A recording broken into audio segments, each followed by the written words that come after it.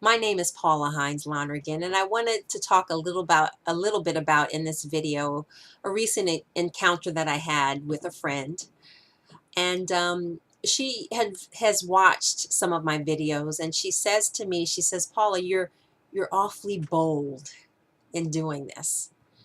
And then we talked a little bit about my abuse, and I told her that, what I'm doing in making these videos a year ago, I could not have done it.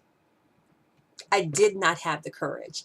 I did not have the boldness to speak, especially not in a venue this broad. However, in my reading of the book The Courage to Heal by Ellen Bass and Laura Davis, on page 152, it says something that a person can do to heal, to work on processing the sexual abuse that they have experienced, is by talking publicly about it. And this is my way to continue to work on my healing from the abuse that I suffered. In addition to providing guidance, information, and encouragement for the people that I personally know that have been sexually abused and have not talked about it, for people who have been sexually abused that I don't know, that haven't worked through it, for mothers whose children have been abused, for fathers whose children have been abused, whether you knew it or not, for young children today, young women, teenagers who are maybe faced with a perpetrator, to help them to know what they can do. Now, if you noticed, I titled this video, Silence Can Kill. Now, I'm not talking about suicide or suicide ideations, perhaps like maybe Kate Spade or Anthony Bourdain. But what I'm talking about is the circumstances that victims, survivors, put themselves in or allow because of what they experienced. In the book, The Courage to Heal, on page 5, under the section of self-esteem, it mentions how many survivors may have a sense of shame that they carry, or possibly they may feel powerless or continue to feel like a victim. And that attitude can affect decisions, it can affect circumstances, it can affect so much in life. I'll give you a case in point. I have been suffering from the effects of my sexual abuse for years now. And as typical for most abuse victims, I should say not typical, but common for most abuse victims, I suffer from PTSD, post-traumatic stress disorder, depression, anxiety, and all the things that kind of come along with that. But I've been getting treatment for all of those symptoms that I have been having because of the abuse I experienced. But there is negative qualities that I carry that very deliberately affected something that I allowed to happen last year, that perhaps if I had not experienced the abuse, it would be a non-issue. Last year, my mother was living with me, and she was Alzheimer's, as they do, agitation, but it was fine. I had it under control, learned how to manage her medicine. However, my mother's conservatorship lawyer thought that my mother would be better in a board and care facility.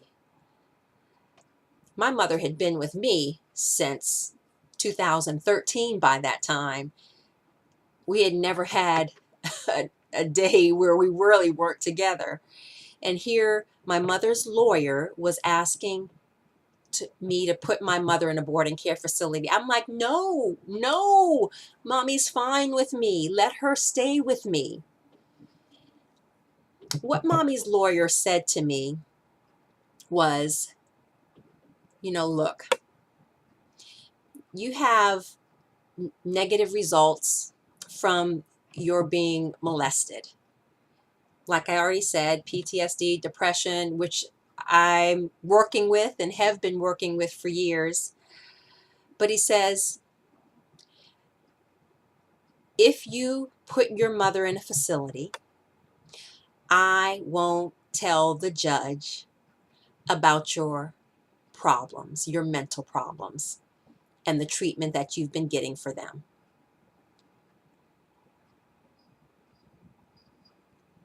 At that particular time, I didn't have the boldness or the courage to talk openly about my abuse. I was still in shamed silence. So when the lawyer said to me, I'll keep silent about your truths if you put your mother in a facility, I acquiesced and I did what he wanted me to do.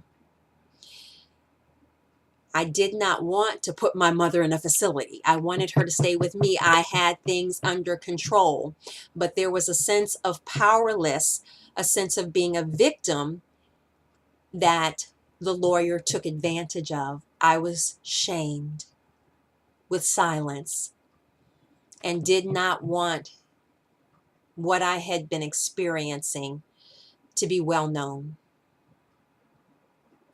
Unfortunately, with my hands tied, I put my mother in a facility, and they immediately started medicating her to keep her calm and sedated. Long story short, within 20 days of her being in the facility, I took my mother to the doctor. She had lost 20 pounds. You see, the medication they were giving her caused her to sleep all the time. So if you're sleeping, you're not eating, you're not walking, you're not drinking. So she was losing weight. Within a month and 4 days, my mother had lost 30 pounds, had stopped walking, and had kidney failure. That's when I called 911 to get her out of that facility and to get her back alive. She was close to death.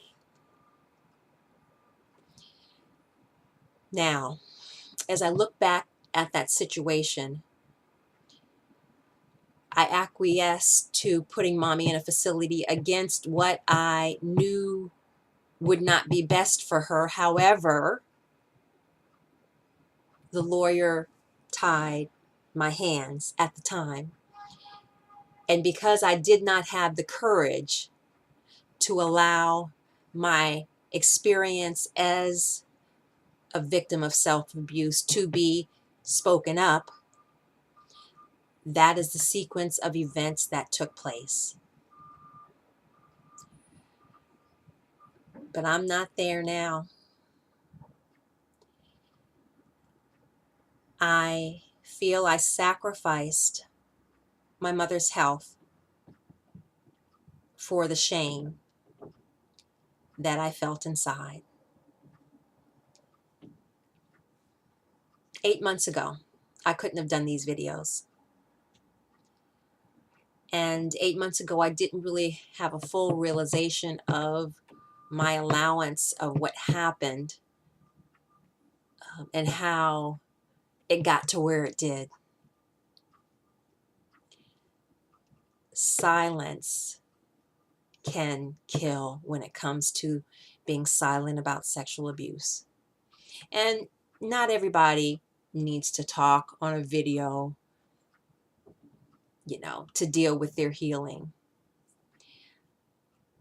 I've gone through many steps to heal from my abuse, and this is another step that I'm taking.